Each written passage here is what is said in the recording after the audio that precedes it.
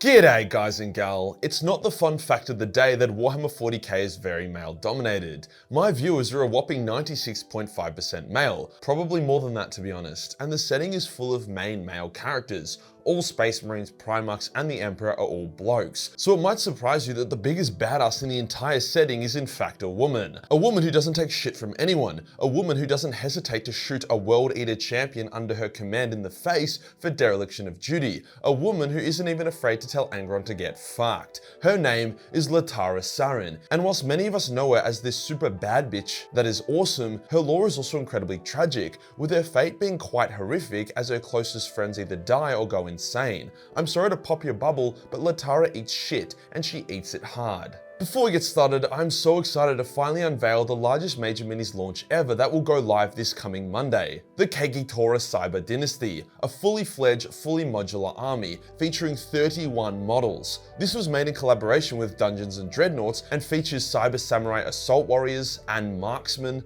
On top of that, we have the Psi Overseer as a command unit. Next up is the War Mech, featuring multiple weapon options and is highly posable. Not to be outdone, we also have some really unique drone warriors. At the core of the army are the Cyber Ashigaru with multiple head, shoulder, weapon, and pose variants, all fully modular so you can swap between units to create new unique units. This army also features war drones and support drones as well as the Cyber Skimmer, the first vehicle ever to be put on the Major Minis lineup. These are easily the most well-made minis I've had the pleasure of launching, designed specifically for tabletop standards and highly customizable. I'll have more details on Monday regarding what each squad has and what value bundles there are, but I do need to say that as these technically aren't Major Minis, they will only be for sale for 1 week and then they will be gone for good. I'm also the only one with the license to currently print and sell these, so if you wanted them, then this is your only chance. The STLs will also not be available as their rights remain with Dungeons & Dreadnoughts. I'd recommend signing up to their socials to keep an eye on what is happening on their end. Today we'll go over the life, glory, and horrific fate of Lotara Sarrin to separate the memes from the truth and see if she really is worth all of our collective simping. Let's get into it.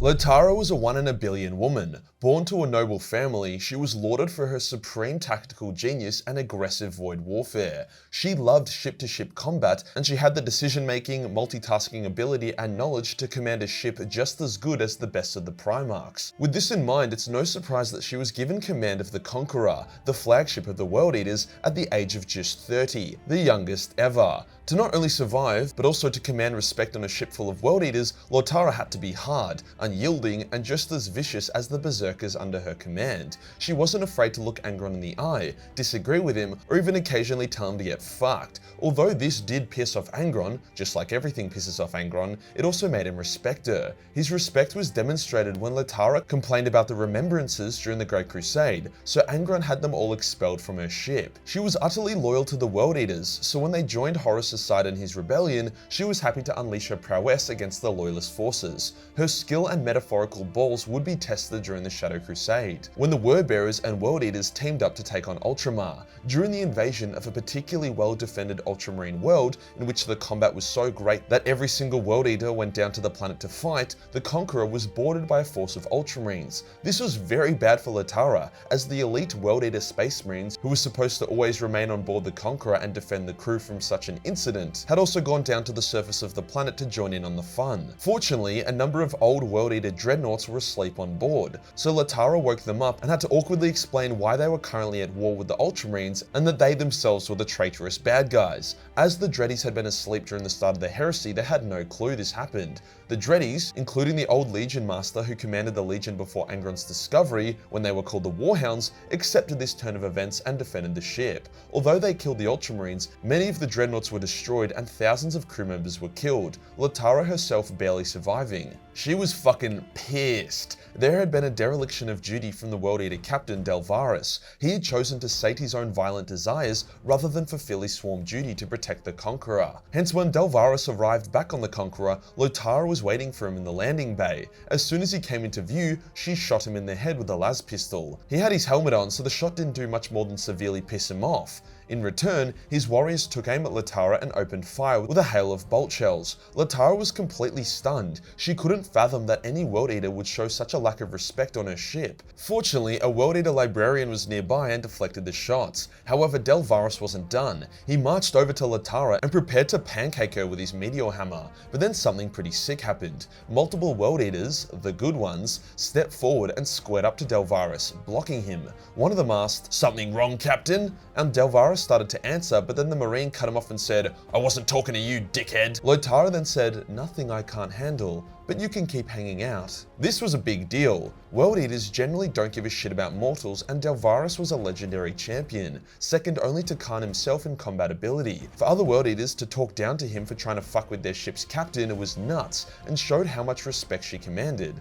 Lotara then spat on Delvaris' boots and tore him a new one, calling him a bitch who abandoned his sworn duty. Delvaris realized he fucked up, but he kept putting on a tough bully persona and eventually walked off. This wasn't the end of it though. To punish Delvaris, next time the World Eaters were in their training area, they basically beat the shit out of Delvaris and had him at his mercy to make a point. Don't fuck with Lotara or you die. The lesson stuck, with Delvaris fulfilling his duty next time the Conqueror was boarded. And boy would it get boarded again. At this point, Lotara maybe had like 4 genuine friends amongst the World Eater Legion. First was the Legion Master Dreadnought, second was the Librarian Eska, who shielded her from the bolt shells, third was Skane, one of the World Eaters who protected her from Delvaris, and finally Khan. 4 friendships that would end tragically. Lotara's finest hour was when the World Eaters and Wordbearers were genociding New Syria, and then were attacked by Guilliman's avenging fleet in return. It was the Conqueror, the flagship of the Wordbearers, and a Wordbearers Mega Abyssal class ship versus dozens of small ragtag ships. This might sound one-sided, 2 Gloriana and 1 Abyssal class versus a bunch of little mosquito ships. However, Guilliman was able to use swarm tactics and death by 1,000 cuts to great effect. Her job was to prevent as many ships from breaking through her blockade as possible and getting to the surface. And holy shit did she do a good job. Time and time again, the Ultramarines would nearly break through, only for her to pull off a 1 in 1,000 maneuver and destroy them. Even as the Wordbearer flagship was destroyed, she kept holding the line. Without her efforts, many more Ultramarines and Titans would have reached the surface of Nysiria, and most likely would have been able to overwhelm the World Eater and Wordbearer forces. Instead, the fighting on the ground favored the traitors, and Guilliman was eventually forced to withdraw. She did get boarded during this engagement. However, with Delvaris and his warriors on board, they were able to prevent the worst of the damage. However, here's where the tragedy first begins to strike. During the battle on the surface, Lorgar decided that the only way to save Angron was to turn him into a demon. Seeing what they were doing, Lotara's friends, the Dready Legion Master and the Librarian Eska, fought Lorgar to try stop him, but they failed. Angron was now a demon, and his first act was to kill the Legion Master and then butcher Eska. Angron was then subdued by his legion and locked within the bowels of the Conqueror. However, the nightmare had only just begun. With Argul Tal being killed by Erebus, Khan fell to Khorne and became an unlikable asshole, and with Angron on board the Conqueror, Khornite corruption swept through the ship, turning parts of it into living flesh and basically making everyone angry as fuck. This only got worse and worse, with World Eaters butchering crew members in berserk fury. Her only real remaining friend was Skane. On their way to Terra, shit was getting unbearable. Everyone was going fucking crazy, so the few sane crew members and World Eaters devised the plan to escape the Conqueror. Amongst these was Lotara and Skane. They decided that the next time they exited the warp, they would get in some escape pods and flee to a nearby ship. This totaled around 50 World Eaters and a few hundred crewmen, showing just how far gone the Legion was with such a small amount of sane warriors left. The plan went well, at least initially. All the escape shuttles bar Lotara's launched off and begun their escape. Lotara was supposed to get in the last shuttle with Skane to avoid suspicion, but here is where the real plan was revealed. Lotara never wanted to leave the Conqueror. She was its captain and it was her ship. Despite its flaws, she would never abandon it. Hence she told Khan about the escape plan, and in return, Khan attacked and beat the shit out of Skane. As he did so, Lotara fired upon the escaping shuttles, killing the last remaining sane World Eaters. She then shot Skane through the eye, killing her last true friend. Lotara now had to direct and command a ship that barely had any crew left, was full of Khornite corruption, as well as insane super soldiers that would kill her on sight. To her credit, she actually managed to control the ship and steer it to Terra, maintaining most of her sanity in doing so. She was actually sane enough to recognize that Angron's rampages through the ship had a good chance of eventually destroying the ship's tech priests, hence destabilizing the ship's reactor. In turn, this could end in the ship Allahu Akbaring its own tits off. So she worked with the Night Lords in order to basically transport Angron into an unbeatable maze within the Night Lord's flagship to keep him contained. Here is where it gets really sad. During the Siege of Terra, Lotara's will finally broke and the corruption took hold of her.